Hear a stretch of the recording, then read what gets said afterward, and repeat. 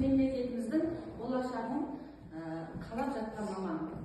Өйткені болашағымыздың кілті бүгінгі жас ұрпақтың қолында, иә? Сондықтан біз жас ұрпақты тәрбиелеу үшін білімді, ізгілік нұрын сүйгуші және отан сүйгіш дара ұстаз болуымыз қажет. Мінекей бүгінгі келіп жатқан жұмыс істеуге келіп жатқан қадамдарыңыз құтты болсын. Сіздерменен бүгін жарқын болашақтың иесі бүгінгі жас маман атты тренингімізді бастауға рұқсат етіңіздер. Психологиялық көмек көрсетуге, яғни ұжымда жақсы психологиялық климатты қалыптастыру және де жан-жағымыздағы адамдармен танысу. Өзіміз кімбіз, ол кім, яғни жеке тұлға қалыптастыруға оны сіздерді дағдыландырамын. Бұл да карьер әдістемесі бойынша бір-бірімізге жақсы көңіл күй жайлап танысайық.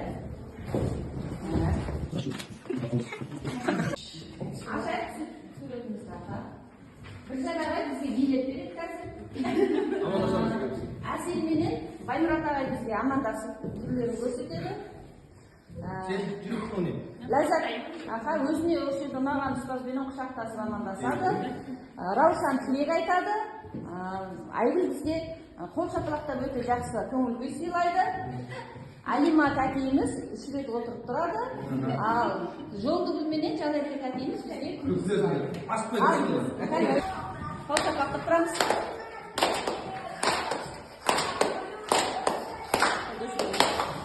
Бар, тағы да қалай амандасу бар? Бұлай ма? Қазір жастарсыз. Мынандай амандасу бар. Амандасқан кезде адам бірінші бір-біріне күліп қарап сәлемдесу керек. Жақсы. Ал Ләззат тәтей, үш жақындасып амандасу.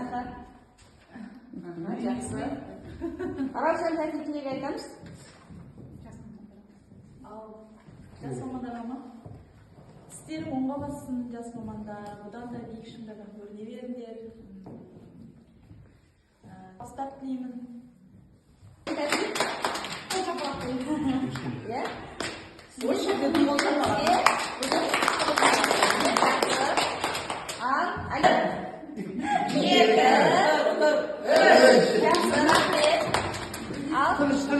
Жанетіменен Жолдыгүл тәтей бізге күлкі сыйлайды. Жоқ, тыныш тұрамыз ал. Е? Күліп, қалай күліп сыйлаймыз? Күліп? Үйге амандасамыз. Жоқ, көптеген әрекеттің арасында ұстаз сөздер бар. Соларды табайық.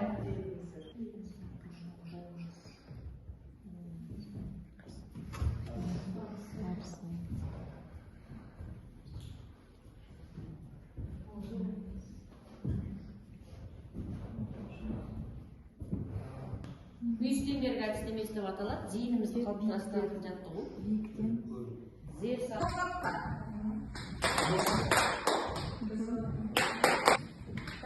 Қош келдіңіздер.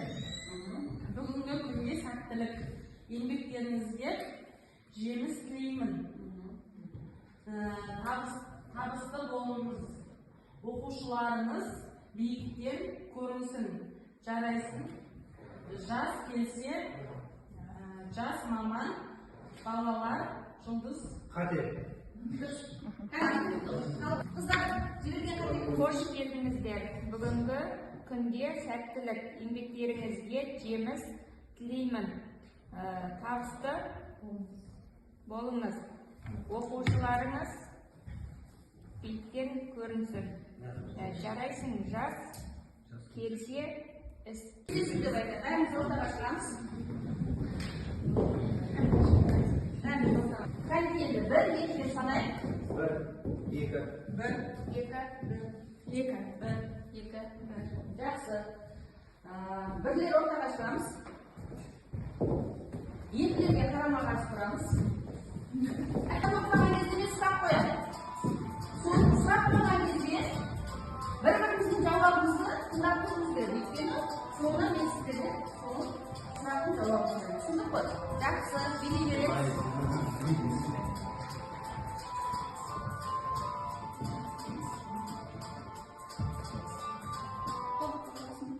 Ат жөніңіз?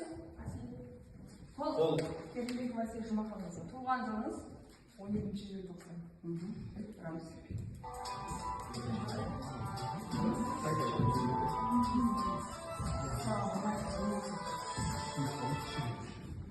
Қай жылдың сыныпқа бардыңыз?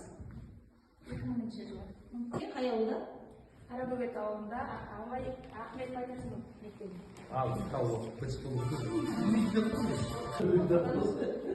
Ат жөніңіз? Бауыржанова 1990 жылы 22 маусым.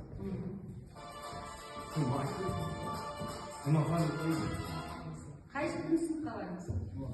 Қалай еркелеткенді ұнатасыз? Қалай еркелеткенді? Ботақаным деген екен. Жақсы, ары қарай. Bir-birimizге қарап, билеп тұрамыз, билейміз, қостап билеп тұрамыз. Жақсы, көңіліміз сұрайыз бізге. Тоқтатамыз. Аяқ киіміңіздің өлшемі қанша? 37. 37. Ары қарай кетеміз. Ашылған кезде қандай сөз барсыз мәселелі? Әттеген ай. Қалай еркелеткенді ұнатасыз?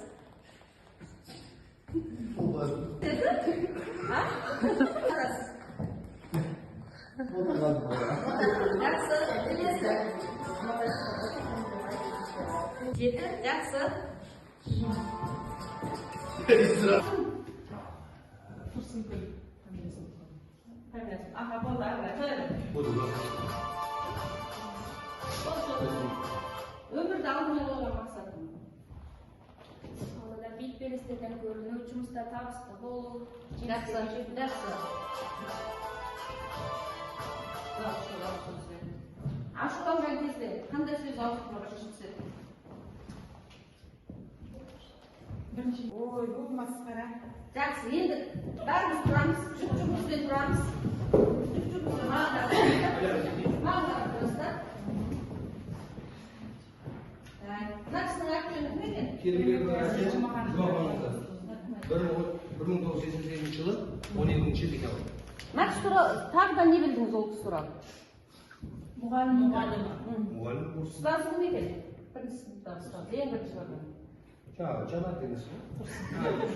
Жақсы, сіз Баймұрат ағай туралы не білдіңіз? Әттеген ай деген, ашыланған кезде әттеген ай деген. Сосын басқа сұрақтарыңыздан Ләззат, қайсы бір-біріміз туралы не білдік, соны тез айтайық, ә? 2000 жылы мектепте оқыған Қарабөгет ауылында Байтұрсынов мектебінде. Ағай Ботақаным деп еркелеткенді жақсы көреді екен. Алға қойған мақсат. Жақсы. Нәтижені алға қойған мақсат айтсаңызшы. Алға қойған мақсаты биік белестерден көріну, жұмыстан табысты болу.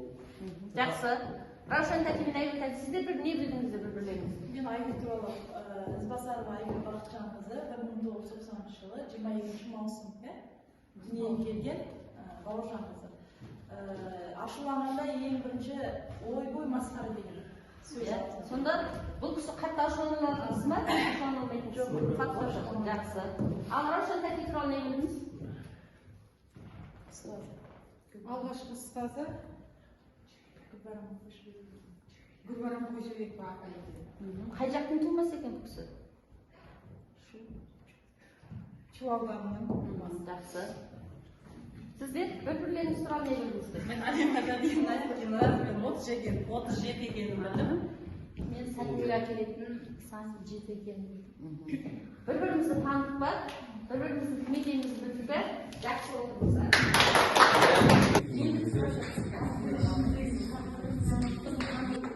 Келсе деген тақырыпта сіздермен сурет салу жұмысын жүргіземіз. Қазір суретке салатын мен сіздерге тапсырма беремін. Күн, тау, үй, ағаш, қапшық, жол, сақина, гүл, жылан. Осы мен айтқандардың бәрін анаға берген парақтың бетіне сіздер саламыз. Қалай саламыз? Күн, тау,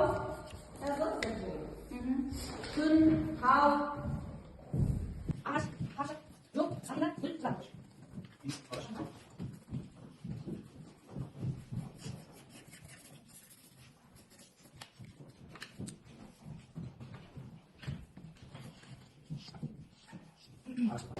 Болса мұнда суретімізге қарай сіздерге талдау жасап үйдің ортасында салынса, жастық шағы қызықты. Ал шығыс жағында салынса, балалық шағы қызықты. Шығыс жақ это где? Байымға. Ал батысқа салынса, кәміл шағы қызықты.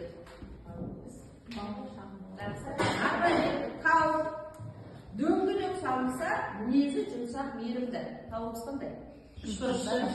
Менікі міне дөңгелек. Дөңгелек салынса, мінезі жұмсақ мейірімді, сенгіш, тік мінезді адам. Егер аралас салынса, басында қар болса, өзгермелі адам. Суретте ағаш үй салынса, арманы орындалады. Егер бір терезе салынған болса, өзіне жақын бір адам туралы көп ойланады. Терезе болса, және жапқыштары болса, ол тұйық адам, сақ адам. Үйдің төбесінде мұржасы болса, түтіні шығып жатса, әңгімеге құмар өсіп. Ағашқа қараймыз. Ағаш біреу болса, өзінің сүйіктісінен айырады. Егер бірнеше болса, балаларын жақсы көреді. Оларға уақыт бөледі, көп көңіл аударады. Қоршаған әлемді сүйеді, сұлулыққа ұштады. Ал қапшық қалтаға келеміз. Қапшық қалта қаншалықты үйге жақын болса, байлыққа жақын. Үйдің төбесін салып қойды. Үйге жақын болса, байлыққа жақын адам. Керісінше болса, бәрі керісінше. Егер қапшықтың аузы байлау болса, жерде жатса, жалқау, түргеп тұрса, еңбек бар адам. Ал жолға келеміз. Жол. Үйге жақын жатса, жолы жеңіл, алыс болса керісінше. Жолың үйге жақын жатса, жолыңыз жеңіл, алыс болса керісінше. Егер жол есігінен шықса, тапқан табысын үйге әкеледі. Ал керісінше болса, шашпа адам айналасындағы адамдарға таратады. Сақинаға келейік. Сақина көзсіз болса, қонақ қабылдағанды. Қонақ шақырған болатын адам. Көзі болса, болашақты ойлайтын капитал жинайды. Үйге жақын болса, қуаныш той болады. Үйдің жетінде болса, қызықты дүниенің алыста. Ары қарай кеттік. Жылан. Үйден алыс салынса, жаулары алыс. Егер жақын салынса, көре алмаушылар айналаңда. Суретте не үлкен салынса, сенің өмірің сол үшін маңызды. Кім не үлкен? Атсалысқандарыңызға рахмет. Адамдар дегеніңіз жемісті болсын.